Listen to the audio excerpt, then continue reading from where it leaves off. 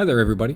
So we're just going to look at one example today using Simpson's rule. And what's different about this example is that we are given just data.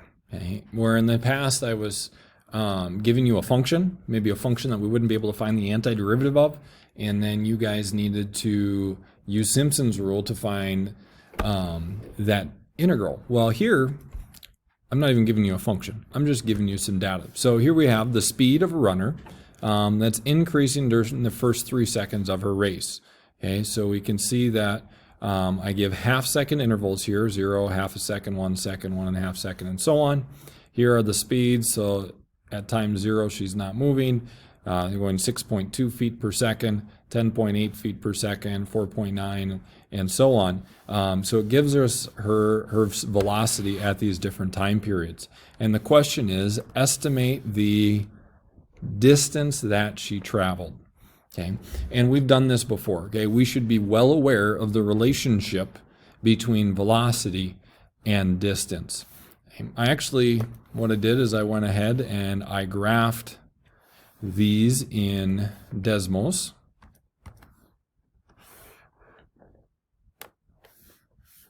There they are. So our x-axis is really our time axis, which is in seconds. Our vertical axis is our velocity, which is measured in feet per second. Okay. So would you agree that to find her total distance, we need to find the area in this region, right? So if we just pick a rectangle here and we say, okay, this is in second and this is in feet per second, when we find the area and we take seconds times feet per second, we just get feet, right? We know that distance is the area under the velocity curve. Okay. Now, the way that we're going to go about doing this is using Simpson's rule, okay, and connecting these with parabolas. So our first parabola, there we go. Our first parabola is going to be a parabola through these 3 points. Our second parabola will be a parabola through these 3 points. And our last parabola will be the parabola through these 3 points. Okay? And it works out perfectly here because we have an even number of points. 1, 2, 3, 4, 5, 6, 7. 1, 2, 3, 4, 5, 6, 7. Sorry, we have 7 points, which is odd, but how many intervals does that actually create? There's 1 interval, 2, 3, 4, 5, 6. There we go. So the points actually has to be odd to create an even number of intervals. Now, I'm going to just label these points. This is y sub 0, y sub 1, y sub 2, y sub 3, y sub 4, y sub 5, y sub 6. Now, how does Simpson's rule go again? It tells us that our area is 1/3 our change of x. And what's our change of x in this one?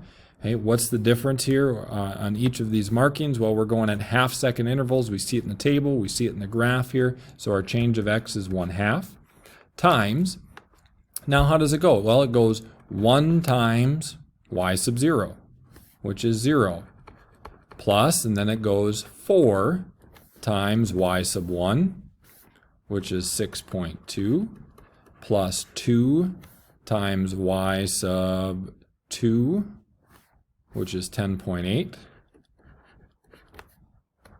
plus, and we're just alternating between our 4s and our 2s, 4 times, what are we at? Y sub 3, 14.9, plus 2 times 18.1, plus 4 times 19.4, plus 1 times 20.2. So just following our Simpson's rule of coefficients of 1, 4, 2, 4, 2, 4, 1. Remember, it starts with a 1, it ends with a 1. Okay, it has to end with a 4 and then a 1. Everything matches up here nicely. So if I just type that in my calculator, which I've already done, we get about 40 feet.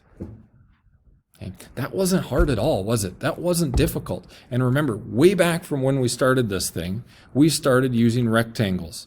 And if I were to just draw my rectangles in here,